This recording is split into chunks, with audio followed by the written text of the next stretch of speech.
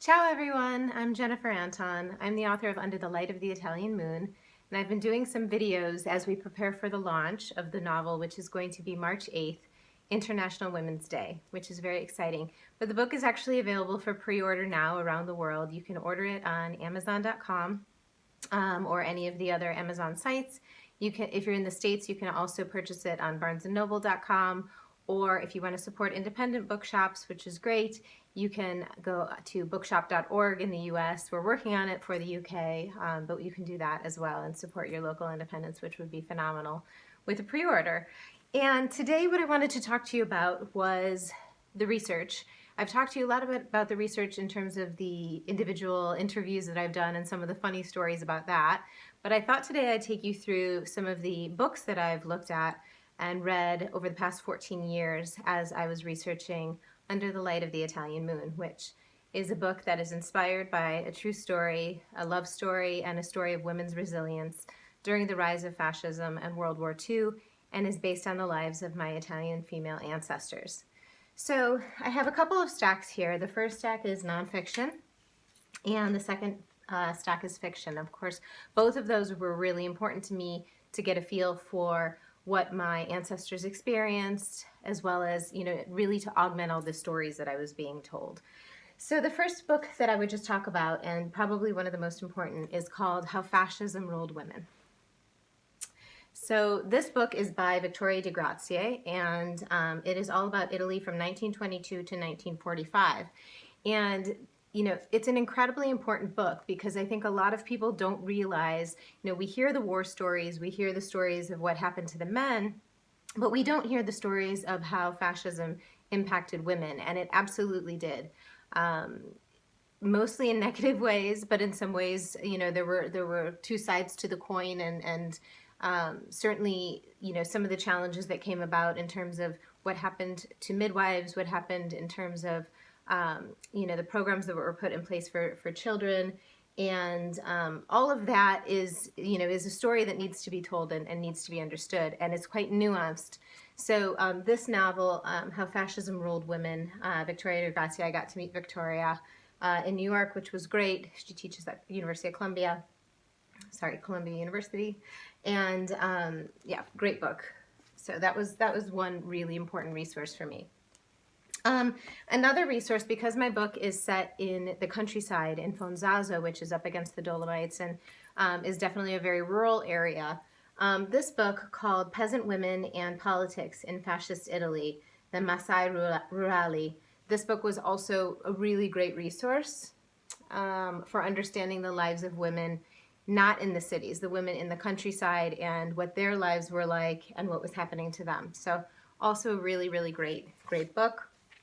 And that is by Perry Wilson, who does a lot of work on Italian culture and background on that. So really great to pick that book up. Another book that was important was Claretta, Mussolini's Last Lover, by R.J.B. Bosworth. And Richard Bosworth was a professor at Oxford. He's really a specialist on Mussolini, so I really enjoyed this book because it's not just about Il Duce, but it's also about understanding his relationship with his lover, Claretta, and ultimately how they died standing next to each other on the shores of Lake Como, which is actually a really fascinating story, and their relationship was quite fascinating. So there's a little bit about that in my book, not too much, but getting into who Mussolini as a man was, I think this book is excellent, and in general, R.J.B. Bosworth's books on Mussolini are really critically important. So got to meet with him in Oxford, which is great, and he's a very intelligent man who really understands Mussolini and appreciates Italian culture. In terms of facts, the best resource that I could say, and you can see it's got lots of tabs on it, is The War in Italy from 1943 to 1945, and it's called A Brutal Story. A War in Italy, 1943 to 1945, A Brutal Story by Richard Lamb. This is really kind of the key book that goes through a lot of the details and history of what happened in Italy specifically, so that it doesn't get kind of mixed up with all the other World War II history in terms of what was happening during the war. Richard Lamb's book, this is really the book to read if you're interested in going into the detail of all the dynamics that were happening in Italy between these 2 years, and just an excellent, excellent resource for me. And then a book that is written in Italian, so I had to have a lot of the sections translated, but because my story is about Fonzaso, Italy, this book, which is by Angelo Vigna, was absolutely critical, and there's pictures and all kinds of notes falling out of it because this particular book really goes into the detail of what happened in Fonzaso. There's so many interesting stories. There's stories that I've told in the book, and then there's a lot more to tell. And I don't know, maybe there will be more books, because this is a gorgeous town. If you follow my Instagram, Instagram Bold Woman Writing, you will see tons of pictures of Fonzaso. It's a gorgeous, gorgeous place, and there is so much that happened there that's fascinating, and the people are so resilient and incredible. So, excellent book. Then when it came to nonfiction, I think, when it came to fiction, thanks, that was the nonfiction section. There were a few different writers, Italian writers, that I read that I absolutely loved. And I think the first one and the most important one was Unspeakable Women. And this book is translated by Robin Pickering-Iazzi. And she is actually a professor of Italian and comparative literature at the University of Wisconsin-Milwaukee. And she does such important work in terms of bringing women's stories, Italian women's stories, to life that maybe doesn't get to seen in the masses. And so I'm really excited because this book, when I found it, I was just thrilled. It's actually stories that were written by women during fascism, and that really didn't get a lot of exposure.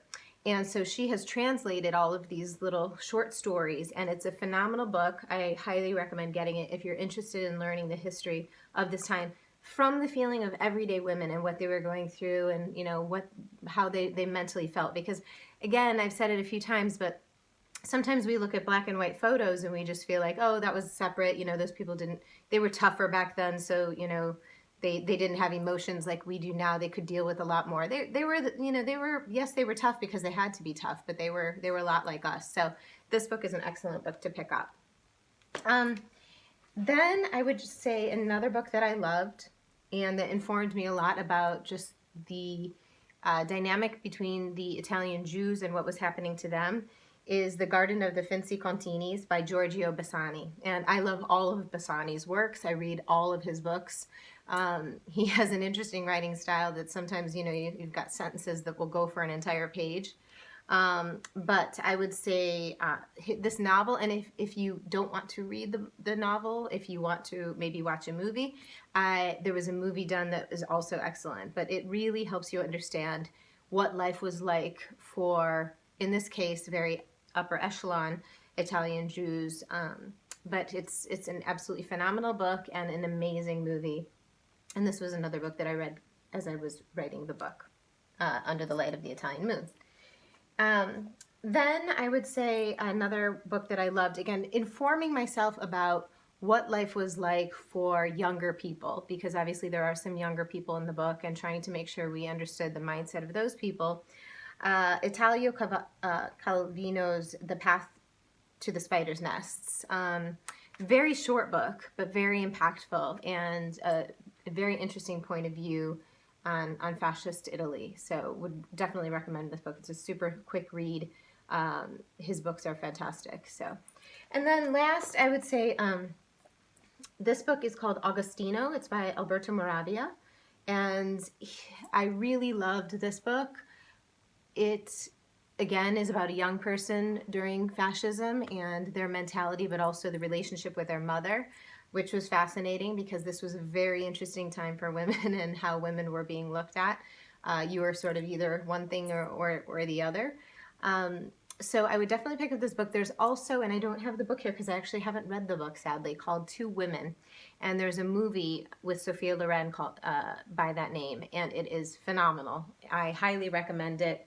It includes a song at the end that I love and that I would pick as the theme song of Under the Light of the Italian Moon, which is La Strada nel Bosco But that movie is very impactful. It's a bit of a challenging movie to watch.